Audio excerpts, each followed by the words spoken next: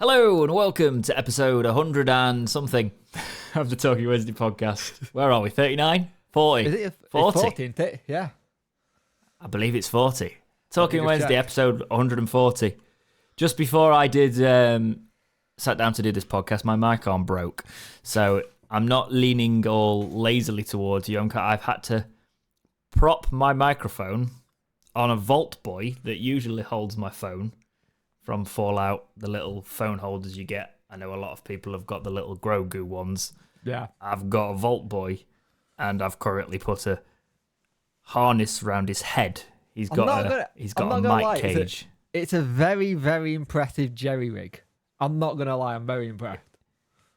It works. It kind of looks like the microphone is levitating slightly.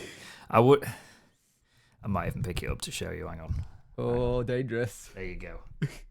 This is dangerous. But he's kind of just... He's kind of just hanging in there. But yes, James and Jake with you this week. You weren't on last week, were you? It was Jack. It was Jack. It was my birthday. It was your birthday. And I got yelled at you on Twitter to have a day off. I just don't get it, Jake. You just don't take this time. And then I realised, oh my God, it's because it's the only time you get to breathe. So you actually go out and make videos, and that's actually why you're on YouTube, to avoid your child. Yes! And before that, to avoid my wife. Oh, it's a great time to be saying that. That is a great time, mate. Do you want what the podcast? So it's fine. Yeah, but you do know who watches this podcast, who will definitely message you. Nah. If they do, I'll hunt them Jack down. will. Jack Yeah, will. probably will, actually. That's who I was talking about. Jack will. Yeah. Yeah, I was on it last week with you and Jack, and it was a good episode. Yeah, it was fun. Obviously, Talking Wednesday Extras also sort of we're doing the backlog in a few weeks. Actually, in a couple of weeks, we should actually be caught up, which is great. Because we are doing that a little bit differently. And to be honest, if that works, we might look at slightly changing the membership around Christmas to make things a little bit more available in certain areas, but also maybe up the frequency that we do stuff. Because to be honest, the new format, even though it requires a lot on my end editing, it could probably work with our recording schedules a little bit more to do maybe more content than just the one members only video for £5 and above members. The $4.99 tier. Sorry, not £5. Yes. $4.99. It's a better deal than that. But please do join us at membership. Membership's available from 99p, and you can get loads of different perks to the channel, such as Talking Wednesday Extra, such as emoticons, those sort of membership badges for the time you've been a member, and the top tier gets you credited in everything we do on the YouTube channel. So that's Talking Wednesday and the Dexterity Box channel there. Every piece of content gets you in the credits for it, because you are basically helping us produce that content. So you should be credited for that. This week, Sheffield Wednesday got to go in with their new manager, Danny Rull. We did. We saw... Actually, no, before that, how's your week been, mate? It's not been bad, actually. I've been able to do a couple of tech upgrades. New RAM in my computer. Thank you for that, my friend. Which is something he's acting like I bought the whole RAM. I didn't. No, he didn't. He contributed a voucher for it, which has helped. So new RAM in computer, sorting this base out a little bit more to make it a bit more functional. And yeah, we're in that. I think we are, as of recording right now, we are 6 weeks away from baby. So it's now getting down to counting down days, and it's scaring the living Christ out of me. It's not great, but it's gonna be here sooner than I think. And yeah, I'm prepared and I'm not prepared, if that makes sense. It's one of those strange kind of things where I think I'm ready, but my head going, you're not. But I'm like, you managed to keep one child alive. It's not like a sim kind of thing. If you can keep a sim alive, you can keep a child alive. And if you can keep that alive, you can go join the Royal Marines or something. How's your week been, I was going to say, is that where you're going with this? How's your week been, mate? All right, actually. Still not really knowing what I'm doing fully with work, but I have been doing some bits this week. I got soaked this morning, Jake. So that's part of the reason. Yeah, how was the flooding up near you? Was it any bad? Actually, I was all over on because I was working actually Thursday, Friday, Saturday in terms of travel. So I had to go through Sheffield, and I got caught in Sheffield floodwater, but only the outskirts. Right. I only had to go through a couple of bits and nothing too deep. I've not had a good history with the floodwater in a car before. That's a story for another day. So I don't mess about. Yeah. Do you know what I mean? So it's a case of I wasn't going to travel if it got too bad. But yeah, it's to be honest, it's not been great. It's not been ideal, but it's in terms of travel. But I must say, I can't really say much when I've seen people's houses get completely flooded. Yeah. So I've got a mate it's not a great time. He's 6 months into a house he bought, and it flooded. And when he had to do like his insurance, they said there was no risk of floods and stuff like that. And now it's just killed all his insurance premiums and everything because now it got a history of flooding. It's now going to be on the record, and he's just gutted because he'd only recently just had it all fully carpeted downstairs as well. So I feel for him. And yet we continue to build houses on floodplains. Yep. It's in the name, floodplain. There's that one that's gone up. There's one very distinctively somewhere out. Where is it?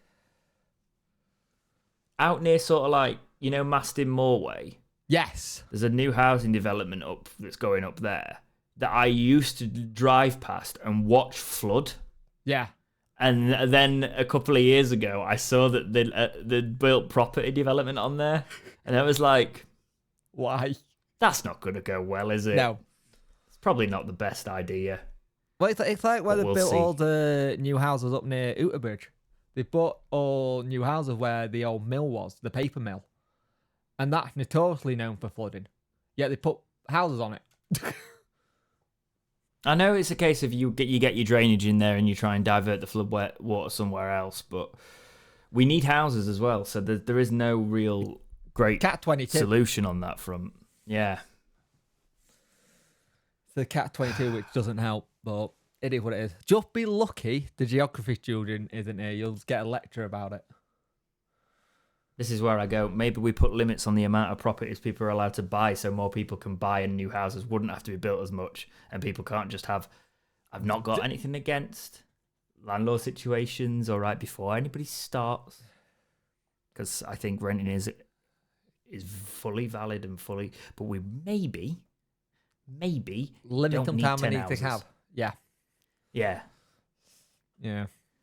I think there's a lot of people who bought... It's like there was a house on our street that went up for sale, and the person sold it, and they bought it.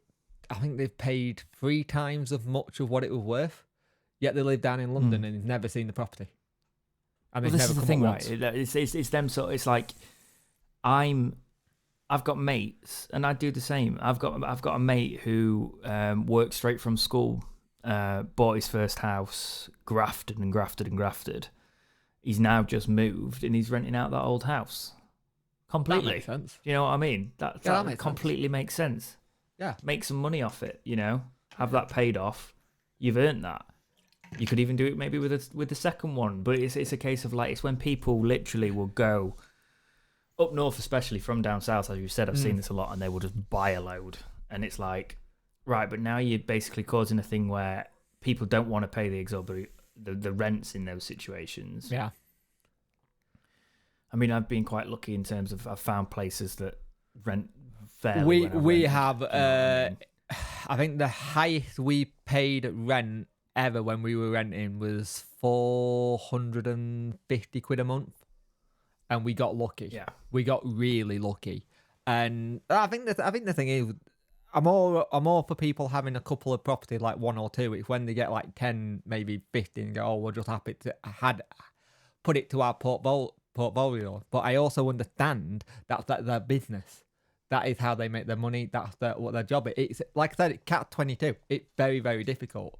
And I think that I do know people who say, never met my landlord. He don't live anywhere near us. Like one of my mates' landlord doesn't even live in the country. He lives in Dubai. Well, we aren't. It's like we aren't buying yet.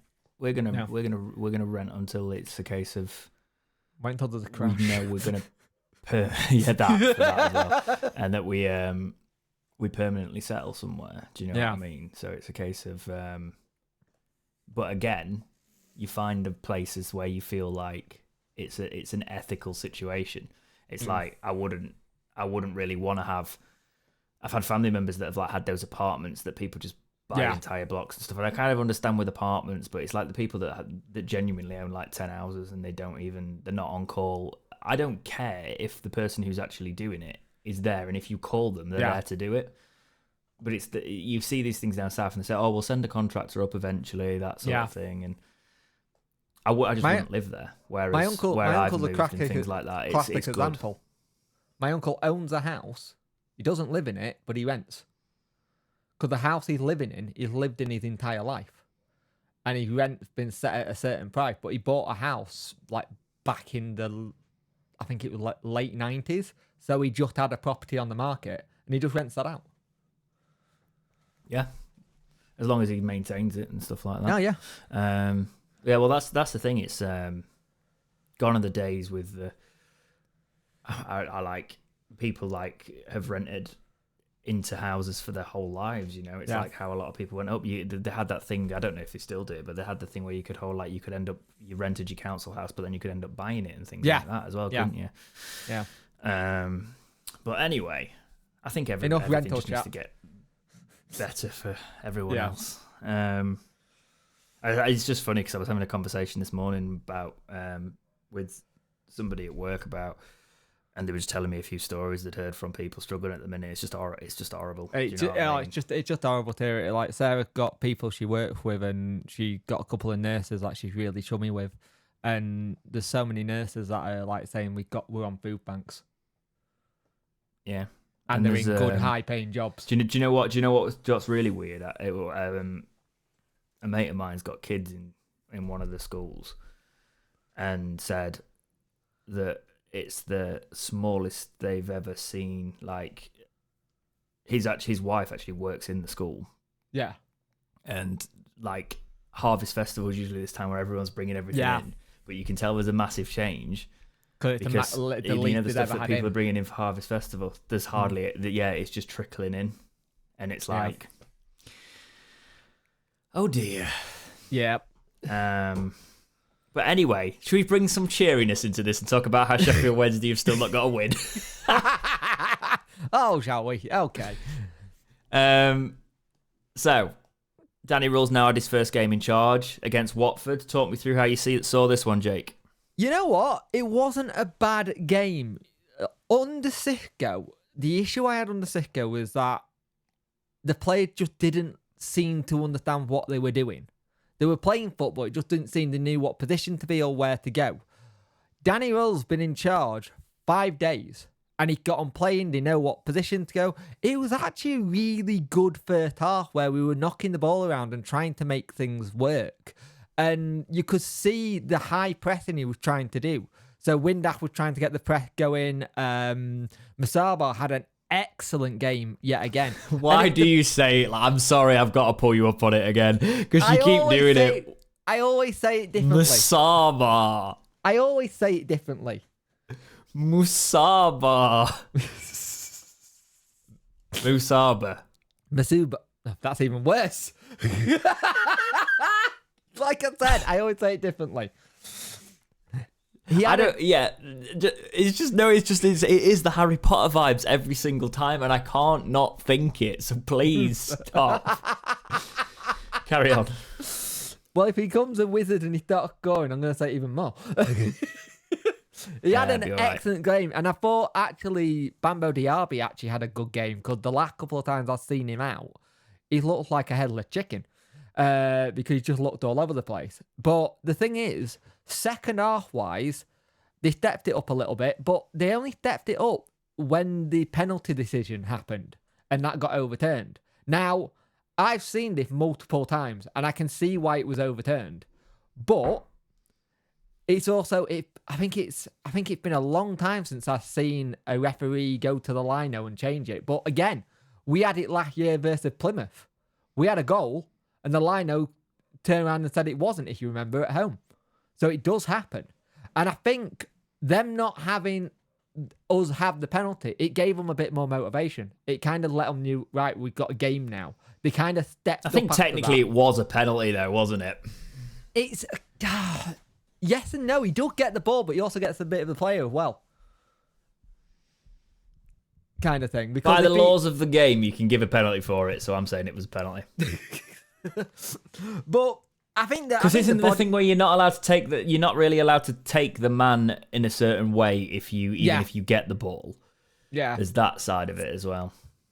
Also, but then to then give a corner if it wasn't a penalty. Yeah, kind of thing. I think the thing you've got is second half they really started to show a little bit more after that. And their goal was just a little bit of a sucker punch because he went to 3 at the back after playing 4. And I've seen people call out Akin for positioning, but it wasn't Akin, it was Barry. Barry just didn't put a leg in a tackle to let the bloke go. And then Akin's having to run back into the centre-back position because he wasn't playing as left-back then. He was playing part of a 3 in the centre-back on the left, a position he has played and does play well in. And he's just basically gone on a run and hit it, and it's low. Dawson probably should do better, but he's probably sighted. But we did lose, but I saw a much better performance. I saw a team that was actually trying to get into the game and try and do stuff. If you actually look at the stats, I mean, that's the first time in a long time I've seen us had 10 shots. Yeah. It might be 2 on target, but it's still 10 shots. Yeah, so going through those stats then, it was 59% possession for Watford, 41 for Wednesday, 12 shots to 10, 3-2 in shots on target. So, again, not that clinical. 4-5 in terms of corners and 15 fouls for Watford to our 6. So they were now on the few fouls there. We were fouling all the time. It seems like we've got a bit of discipline black. Oh, don't get me wrong. I looking at it, I was like, okay, I can see that the players are up for this, and there's different signs, and you can tell that there's a bit more intensity there. For example, what worries me, and I've been saying it for probably 2 seasons, is where's our striker, Jake? Yeah. Where's the person that's going to score the goals in this team? It's been what we've been saying for a good couple of seasons before even we were doing podcasts. We were saying it on each other videos at times. We never really because you would think the only person we've got in that mould is Michael Smith, somebody who can score goals to no end, but no manager seems to want to stick with him in the Championship. So, is he that? Do we give him the run as that in the Championship? I genuinely think we need to stop messing about with it and either make him that man, or, and I hate to say this because I want Johnson back in the squad, we need a free now. There's not many free strikers, though, at the minute. I know. Do you know what we actually need to do? We need to. The reason we need to find a free and find a miracle. I don't know. Do some work. Do some scouting. Find a free agent. Something. Yeah. Bring somebody out of retirement. Bring Closer in and put. No, but what you could do is when it gets to January, you sack off like Fletcher, you send him back to Watford, you send back the loans, and you free up some more squad slots. I think you probably keep Hendrick because I reckon there's a player there that will come out under rule. I tell you who did well in this game as well, Patterson. Patterson seems like he finally got a manager that understands who he is and what he does. Well, Patterson has always been about running and pressing and intensity. Yeah. So this is sort of his dream, and it's probably the manager's dream. I will say, Wilkes came on, and I think when he made that change for Anthony for Wilkes, it didn't work. Wilkes is so rusty. He got a first up, but he ain't got a second. And yeah, I think there's a lot of pressure on him as well, and I think you can see it. He feels it. Yeah, he won that definitely his arm around the shoulder, but if he's still not like even getting close to being in the team or scoring goals, I say in January, do we cut our losses and try and get somebody to take him, and we try and use that to get an actual striker in? I don't want to say that, because I think he will come good at a different club. It just might be a case that it's not going to be this club. To be honest, in the state we're in, Jake, I'd give him a run of games. And I know that might be weird for people hearing, but we're not going to see it. I can't make a judgment until I've ever bloody seen him in a run of games. The thing is, if you actually look at his record, 12 until yesterday, it was like 12 starts, couple of assists, and a goal or two. He does do well when he plays. It just, we don't see consistency from him. That's the issue. Can Musaba play on the left? Yes. No. Then hold on. I don't know. I know some players struggle to play on the opposite side, but could you put Musaba on the left? You can keep Windass as the 9 if you want, and then put Wilkes on the right. Possible. The thing is, the actual formation they were playing in when he came on was ideal because it was what he played all the time at Hull. So it was ideal for what he does. Lineups, let's look. He was on the left, yeah. And Buckley was on the other side. We had like a 4-4-2 to start off with. Oh, yeah. It's because I'm just thinking about when Wilkes did that sprint down the right. Yeah, I think he changed it to 3 at the back. Yeah. So he's already moulding the formations. I just think I think we need to give him time, and we've got time to give him. I want to see him in a run of games. I want to see a settled formation. I want to see, and if it's all right, if it's not going to be him in the settled formation, I want to see some form of settled formation that starts to actually pick up. The one thing that would worry me was the change of formation, willing to go, right, we're going to go attacking and try and go for it. Yeah, no, completely. You know what what would concern me against Plymouth? Oh, by the way, Dexterity Watch Plymouth, be on the channel.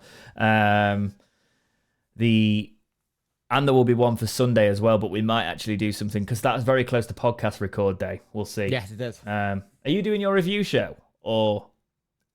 You mean with the lads? Yeah. I will be, but I can do a show if need be. Just because I'm thinking it might be a case of we'll either do. You guys seem to enjoy that sort of like watch along pod style thing. We either might do that or something, or a pod before or a pod after or something, because that way we don't need to sit down on Monday as well, and it's fresh in our minds, isn't it? Yeah, that's the point. But yeah, so there will be coverage of both of the next games, and what would concern me if going into that Plymouth game we see a situation where he feels like he needs to make wholesale changes, which I don't think he does, and I don't think he'll feel that either. I think he saw a lot out of this team and saw what he needed and what he was trying. You got to remember, he's been in 5 days, and it seems like they've taken a lot of what he said very quickly. And the thing is, I'm going to use an old Darren Moore phrase, classroom time. It seems like Danny liked to get, before they go into training session, go, here's the screen, here's the projector, this is what we're working on, we're doing this. Where under Sitka, I think there was none of that. And I think the players are actually having used to having that situation where it's all data-driven, we're looking at the last map beforehand to work on it instead of just going straight into training and being intense. And I think that suits the players a lot more. And I think the thing that I noticed when they did the training sessions, did you notice when they did the inside training how many bloody cameras are set up around just the training picture to capture everything? Yeah, they've got to go on the PR front as well. They've got to make it seem like Wednesday. They've got to make it seem like it's a happy place to be again, and they've got to try and bring that in. You know. The question I'm going to ask, Jake, is the question that a lot of Wednesday fans are asking at the minute. We can't really bring in a striker. We've got that free slot, but if Johnson comes back in, that's his. So, is it time now to give Kadamatri a go? And I know we've not really asked that, but is it becoming time? I'm at that point where I think it is time, my worry is I just don't want a lad to come into it and be in a situation where we're not winning games and it kill his development and his confidence due to it, or it does the opposite and it puts him going, I'm the man, I'm going to do this, I'm going to get it done. Because it got revealed, I think, yesterday or today, that we had a bid from West Ham and we turned it down, kind of thing. Yeah. And I think this shows you how much faith we got in this young man and his family. Because, look, we signed his brother to a scholarship. His brother's only 13 and you don't get the scholarship till you're 16. So it's one of those things where I think it's time, but it's which game do you bring him into to do it? And how long does he leave it off the bench kind of thing? Because you're not going to throw him in straight away as the first start. But, again, you look at Leeds, they're playing Archie Gray in the middle, he's 17. And he's bossing a midfield for Leeds. If Cadamarchi's what, 18 now? I believe so. Let me have a look. So, is it that stage where he can play senior football? Yeah. Jude Bellingham's 20. Yeah, he's born in 2005. Oh. Yes, you're old, Jake. Thank you. But he scores goals, week in, week out. Right? And what do we need? Goals. Yeah. And what does he need? Goals. He needs professional football. Yeah. He needs that time. And even if I can't see any real disadvantage with it because we don't have to register him. We can't do the thing we did with Hurt where we're like, we'll wait. Just get him in. We've done this once, it failed. Yeah. Because Hurt was in the same position, going week in, week out for the under-18s and doing well. We can't have this happen Even again. that training with the first team squad, being moved into the first team squad and training with them would be massive, I think. Yeah. As well. He already because did do it. If he can start... Yeah, but I'm thinking in terms of how long has he been doing it for like fully with the first teams? I know he's been on the bench a couple of times, but is he in normal training? Yeah. Or is he still doing a lot? Yeah. Because what I'm thinking is just, in my head, I'm thinking if you can link him up with players like Barry Bannon and he starts to get an idea of where to move when Barry's pinging it. Do you know what I mean? And I'm just like, there's just things that can add up. Yes. It's like that would be the thing that you build up. But I'd also bring in Joey Pugh in as well. I'd bring them both in. Yes, I would as well. Because we need that level of speed. And I have said it in the past, and it was an off-the-cuff comment, but you are showing a little bit with Windass. Yes, he's probably still feeling that dead leg. He's lacking than what he was when he was last in the Championship. And you're seeing that.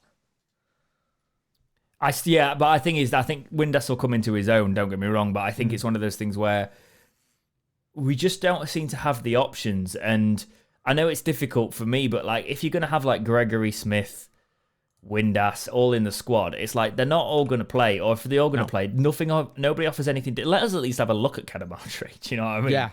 And I think in terms of that intensity and that youth, you get him into the squad, you get him used to that press that Roll keeps talking about and the intensity that he wants. He's the right age for that sort of project to come in and be the man that does that. And the thing that's going to save us now, Jake, is goals. Yeah. Oh, yeah. We can't be drawing games. We need to be winning games now and winning them by a country mile because we need the goal difference to go up now. And the thing is, the other player you've completely forgotten, who we didn't see much of, Gatterman. What do you do with Gatterman? Because he don't have to be registered either. Gassama even. And he don't have to be registered. Because if you actually look at our forwards, according to the Wednesday website, Gregor Windass, Wilt, Patterson, Smith, Fletcher. Well, he can go back to Watford, sod him. Sorry, mate, you're just not for me.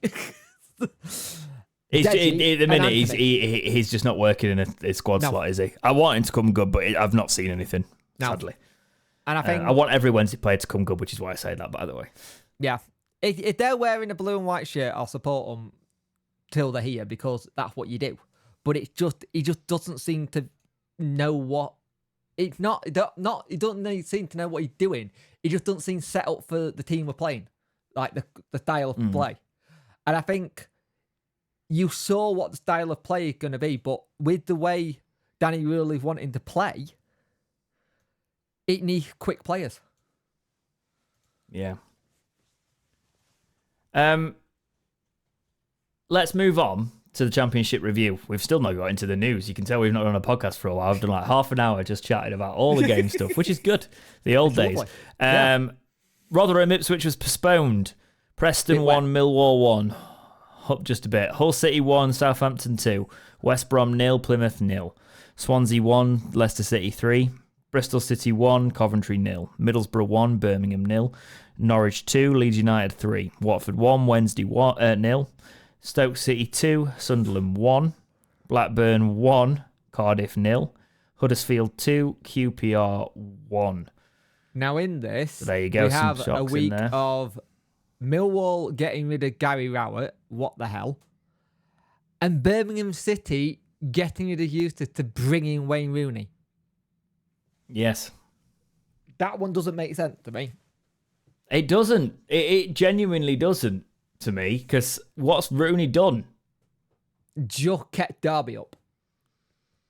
Yeah, and that's why you question the thoughts behind it, don't you, really? But there we go. Yeah. He might come good. There might be a sign there, but he's not proven. He wasn't very happy with the Middlesbrough fans, though. Did you see that? I didn't know, mate. So basically, they were chanting about his old escapades behind the scenes when he got caught with a certain person. Yeah. And they just kept on chanting it, and he was looking like he's about to chin someone. Welcome back to America. Welcome back to the UK after going to America. They don't just go, just wait until it's Leicester City versus Birmingham. Vardy versus the Rooneys again. That's going to be a laugh. Anyway, into the news. So this is probably our top story in terms of how it will change the club slightly. So this is from the Wednesday website. COO leaves Hillsborough. Sheffield Wednesday's Chief Operating Officer Liam Dooley has left Hillsborough to take up the position of Chief Executive Officer with League One Shrewsbury Town. Liam joined the Owls in April 2019 and has been in the role of COO since May 2021. General Manager Alistair Wilson, who has worked side by side at Hillsborough with Liam throughout his tenure, now assumes the sole leadership of the commercial and operational arm of the club. Liam told SWFC.co.uk, "It has been an honour and a privilege to represent the club, and I would like to thank the chairman, the staff and the fans for all their fantastic support throughout. I am excited to take up my new challenge as CEO with Shrewsbury and wish everyone at Sheffield Wednesday all the very best." Owls chairman Deshfon Chansiri said, "I would like to place on record my thanks to Liam for his hard work and dedication at our club. We all wish Liam well in his new role at Shrewsbury Town." End quote. So, this is quite the change up top in terms of it doesn't look like we're going to have a COO anymore. Jake, what were your initial thoughts when this one came out?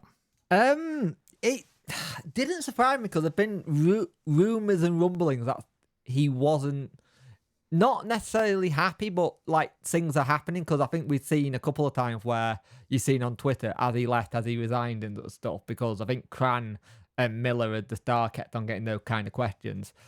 I don't know, because I think he's actually done a good job when he come in, because the health and stay deal that came in was 6 figures, and apparently that was pretty much close to paying for Malik Wilk when we got him in, kind of thing, the money that came from that. But I think the issue you got is that it's short-term thinking up top again without a long-term thing, just having someone who's already done it. Alistair Wilson been here since like 2011 time, kind of thing. And right. I think before that he was head of retail for the club shop. So it's someone who's been here. I don't know. I can understand it from Liam's point of view. Chief executive, it's a higher role, more responsibility. He got more of an arm. I will say something. What Liam did was he brought communities in. He had done great work behind the scenes, igniting all the communities, trying to get more community involvement, trying to get that outreach going and get the club feeling more community-led.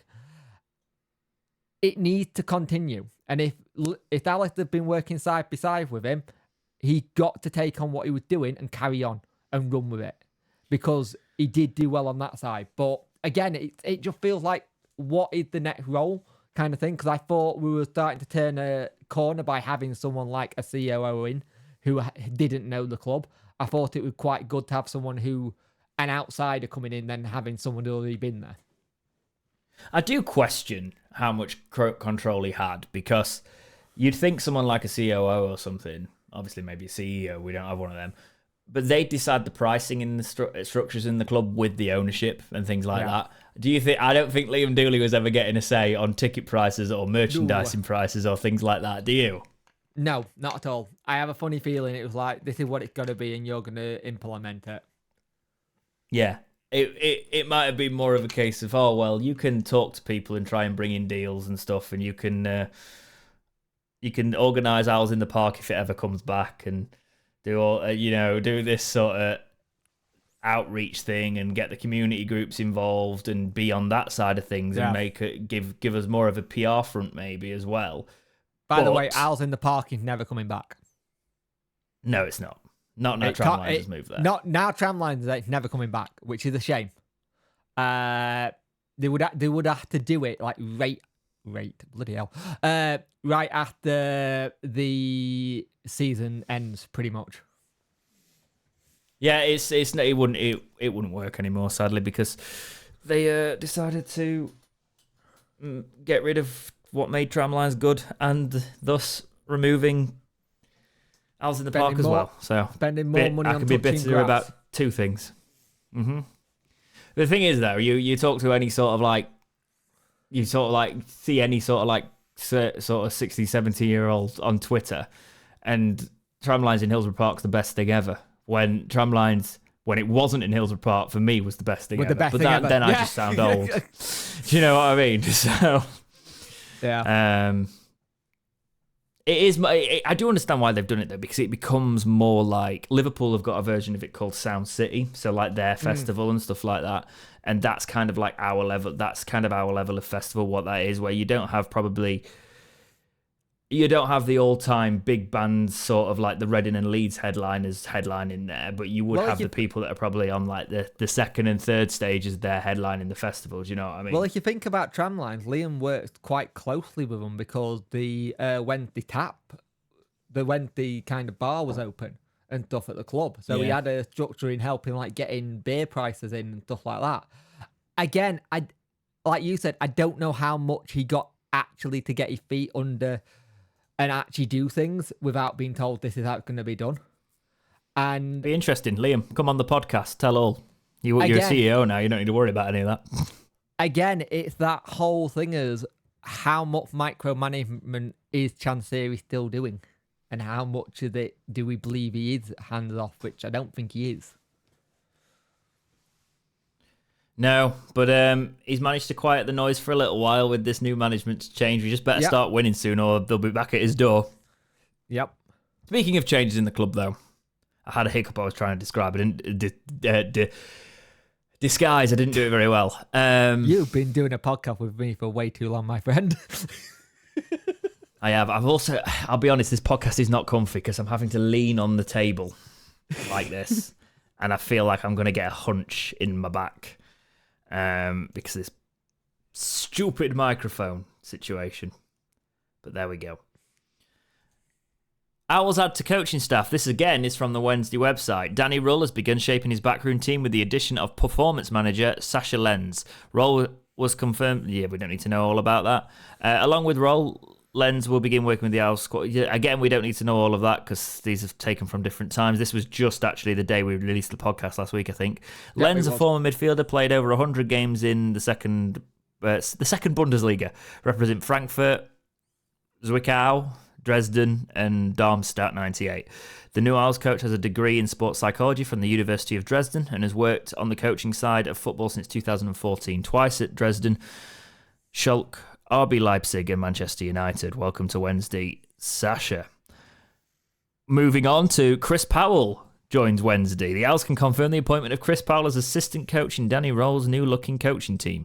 Powell moves to Hillsborough with a wealth of experience in the game, most recently with Tottenham's Youth Academy and England's senior side under Gareth Southgate. After a successful playing career with 274 Premier League appearances and 5 England caps under his belt, the 54-year-old has since managed Charlton, Huddersfield and Southend.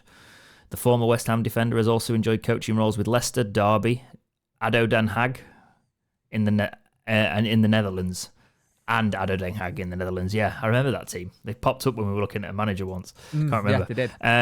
Powell joins performance manager Sasha Lenz in Roll's backroom team ahead of the Germans' dugout debut. Yes, Watford, that's happened. Roll said, I'm happy Chris is now here. He understands football and I'm looking forward to working with him. We met each other working for our national teams. It was immediately a good feeling. I'm feeling a good energy. We spoke about getting some experienced guys in. He understands the players. He's had a great journey and has been at the very top level. You thought we were done there? We're not. Danny Rull has added Henrik Pedersen to his backroom team as assistant head coach at Wednesday. The Dane moves to F6 following the arrival of Chris Powell, adding a vast experience as coach and first team manager to the Owls roster. Pedersen leaves his position of manager of Vendessel FF in Denmark to link up with Rull, who he has known for over a decade. The well-travelled 45-year-old has also held the manager position at Strømsgodset in Norway, Braunschweig in Germany, HB Koj in Denmark, and RB Ghana in Ghana. The former Union Berlin assistant manager now moves to Hillsborough to link up with Rull ahead of the Germans' first managerial outing against Watford on Saturday. Rull said, I've known Henrik for over 10 years. When I started my coaching career in Leipzig, he was the development coach for the philosophy. Then he moved to RB Salzburg as a coach and we stayed in contact. He was then in Germany with Union Berlin and has a lot of experience. He understands my football and I like him as a person. We are really close and what I like is that he is a hard worker on the pitch. He is very powerful and this is what we need. Okay, so there's a lot there, Jake. Yep. He's got his coaching staff in. But yes, but he is still looking to bring in a goalkeeping coach. Also, a set-piece coach looks like he's coming in. There's another article in the document down below in here about that. I believe. Let's talk about who's in currently, and then we'll talk about who he's got to bring in. So what are you thinking about? Chris Powell's obviously one that stands out to me as a bit of a steal, to be honest. I think that's a great addition. I think the one that stands out for me is actually Sasha Lenz, because he doesn't just want us to be physically fit, he wants us to mentally be fit. Because if you remember when we did the playoffs, it's a big deal. We had the thing where we brought in Tom Bateman, who was coming in and just working with the lad's mind. Now, this is a bloke who went in at Man United with Ralph Rangnick, and Ralph Rangnick was like, how are you not got a sports psychologist? You are Manchester United. How are you, the biggest club in the world, do not have someone to work out the play of minds? I think that one's the one that intrigued me more because it just makes more sense. But getting Chris Powell in is just a cracking little bit of business because his experience, yes, he made a joke in his interview about swinging on the crossbar that time when he was at Charlton, or was it Huddersfield? But you look at what he's done recently. He's part of that England setup that got to the World Cup final. So he can get on that kind of experience. And you look at how he's setting up. Chris Powell is very... Euros final. Pardon?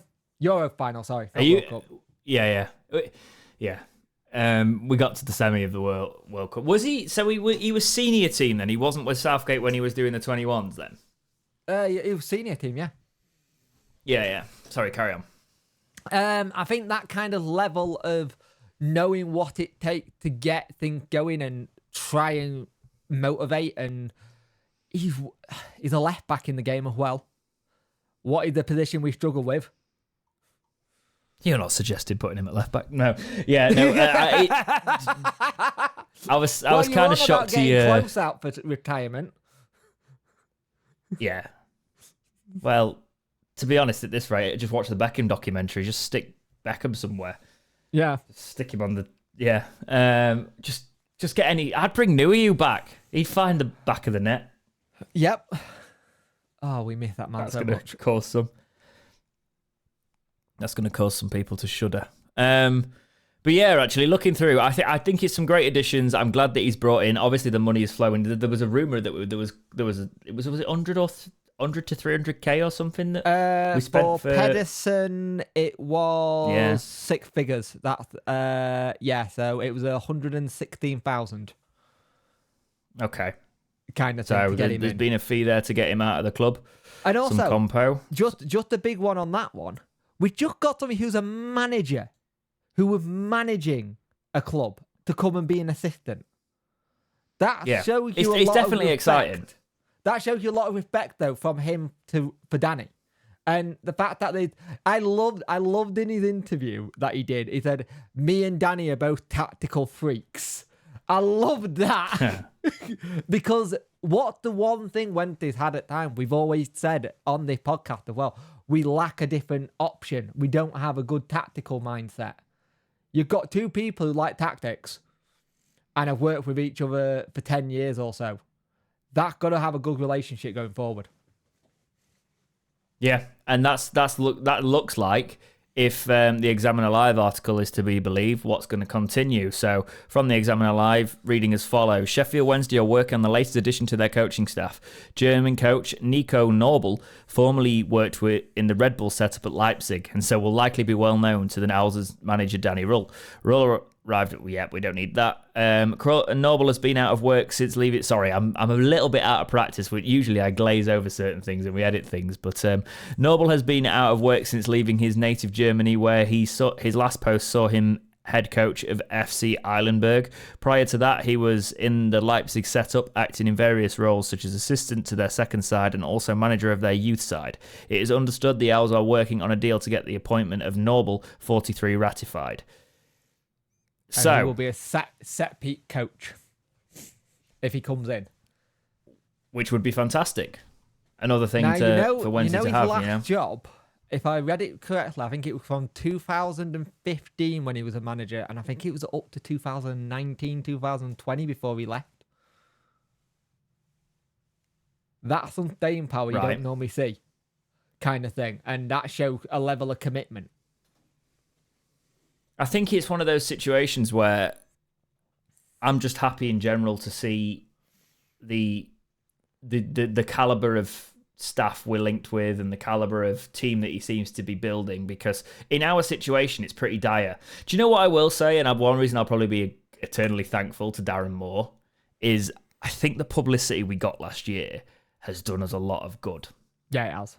In terms of the fact that we've sort of like pricked up the ears of a few managers.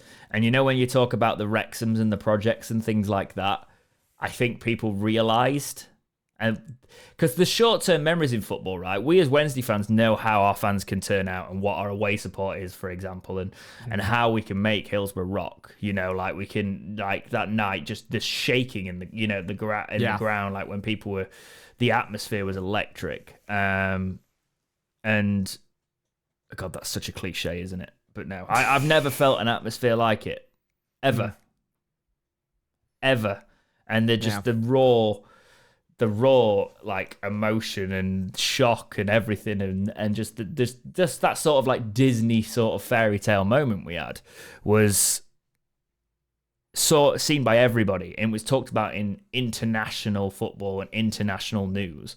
And I think that's where you see Sheffield Wednesday, all of a sudden they've just had this, and then this next season starts and the new manager is absolutely stinking out the place. The chairman's gone seemingly off the rails with certain things. What's happened? Can we come in and stabilise and actually let's pull a reset on that and try and get back to the build project? Because at the minute it's a worrying situation also for Wednesday, but people are coming in that can turn the fortunes of that, perhaps. I'd like to also put to bed the myth that like Danny Rull is a cheap option. He's not. He's not at all.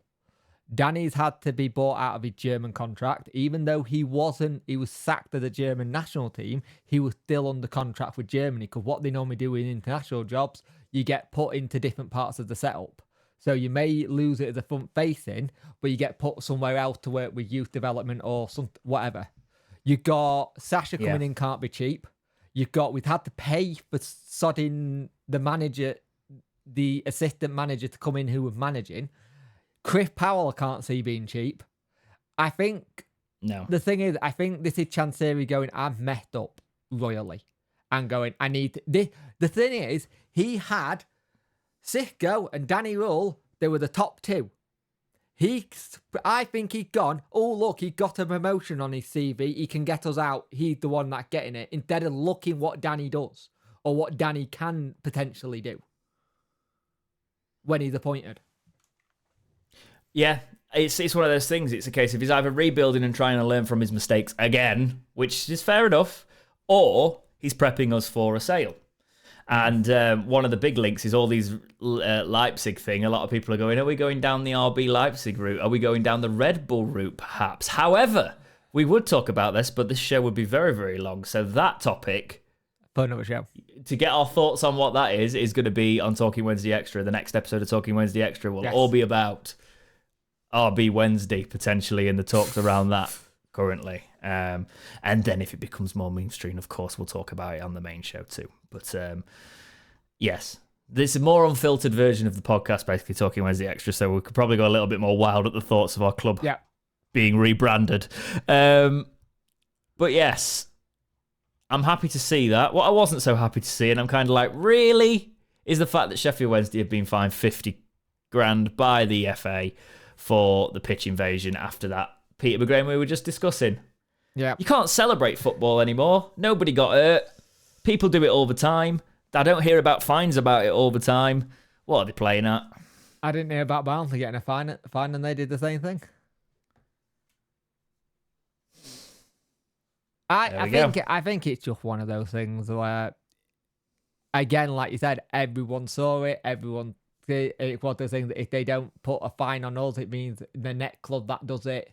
It shows the net club if you don't control your players. I know. It's like it's very obvious, and it is so Wednesday. You are not. There's something by against the laws us, of but the game, you're not allowed to go on the pitch. If you watch the Sheffield United Man United game, a fan came on, did the thing.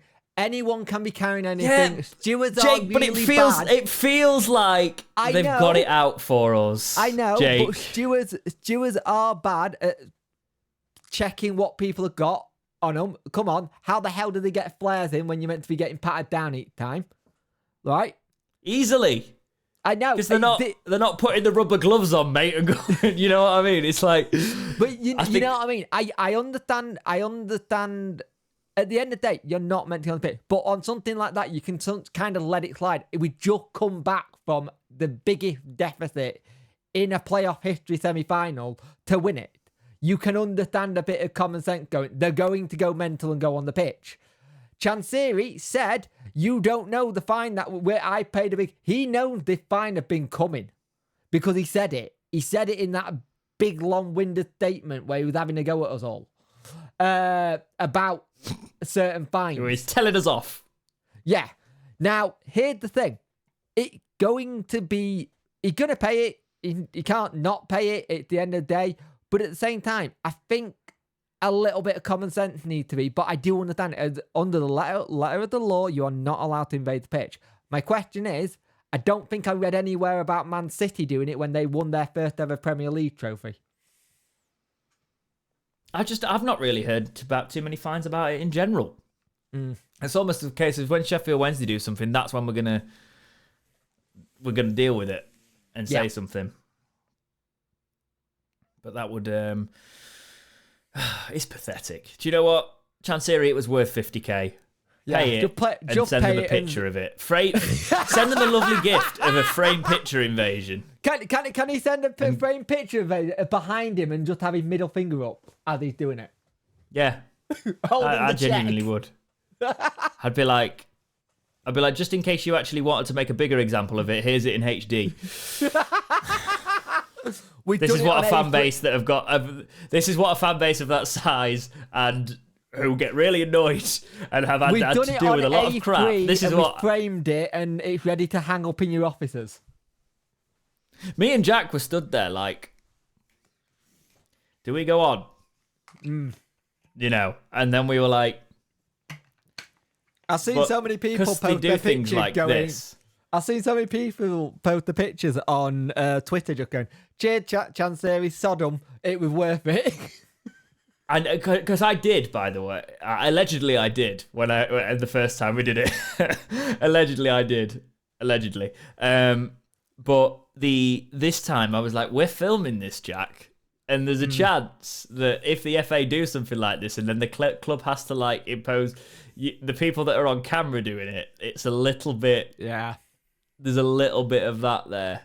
So we didn't, and I do regret that. But also, I don't really, to be fair, because it was more of a case of, I remember this actually very much just watching, just sitting there with Jack pretty much in shock.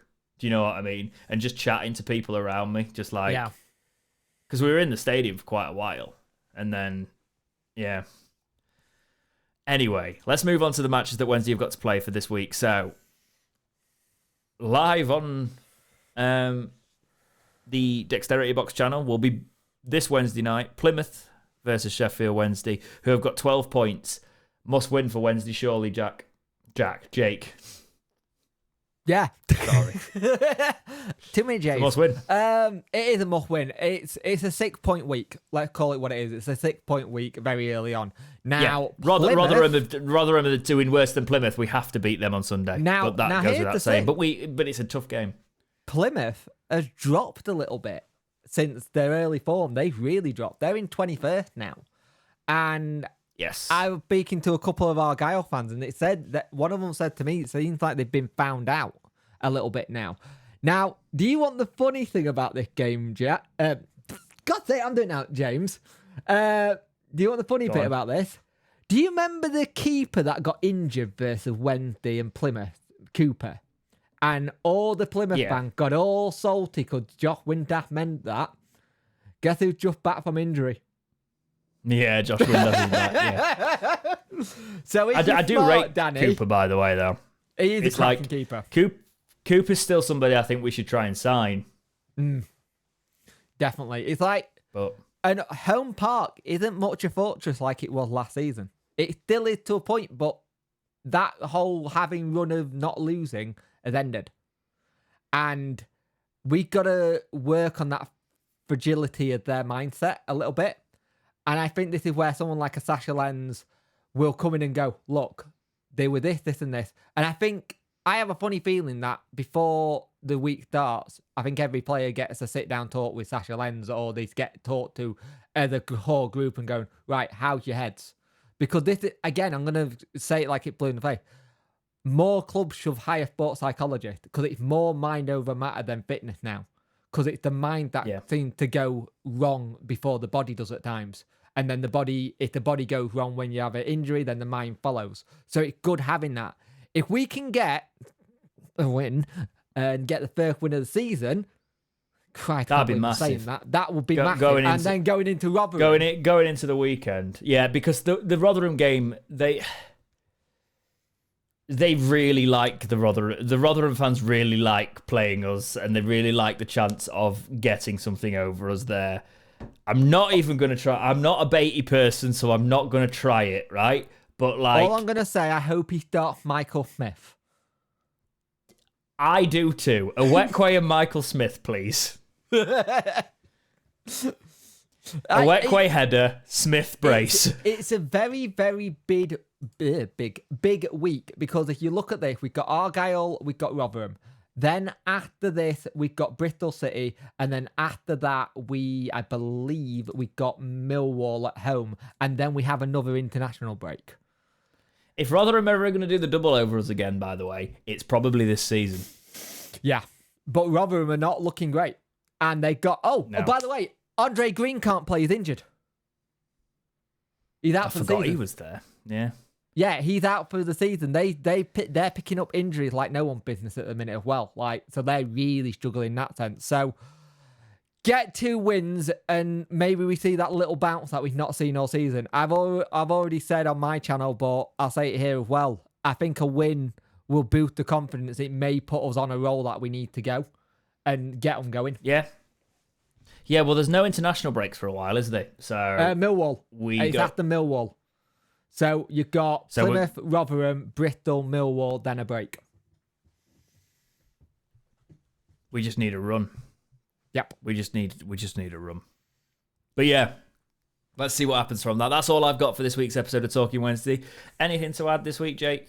Yeah, I just want to give a little bit. It's a mini shout out. I know my uncle watches this. My uncle went to Sweden and he got me a Swedish Gothenburg shirt. And apparently, he mentioned the Talking Wednesday to some people out there because he's got friends who watch me, who then constantly watch me and watch the podcast. And they say they watch the Talking Wednesday, and it's their little bit of watching what English football's like and how fans appreciate it over there. So he was saying your reach is like in Sweden. So he's like, don't worry, amazing. You've got people. Thank you. So thank you very much. Thank you very much for watching. And you know what would be great? If you could tell your uncle to ask them to watch Talking Wednesday podcast next time as well. Yeah. He does that. He says, welcome to the Talking Wednesday. Do you know what? I'll take it. It's just the brand, isn't it? It's just the brand. Yeah. Because technically we do have Talking Wednesday. You know, there's additional stuff. So it's just the Talking Wednesday as a collective. Quite like that. Maybe I'll have to go down that route. But yeah, that's a nice note to end on. And I will say, if you've been affected by all the weather recently, please keep yourself safe. There's nothing words can do. Right, so I'm not one of those people who's just gonna put. There's a lot of empty words in this world. I'm not one of those people who's gonna put the empty words out there. But I will say, quite sincerely, it seemed pretty horrific for some people, and my thoughts are genuinely with you if you've been affected by that. So take care, guys, and we will see you in the next episode of Talking Wednesday. See ya.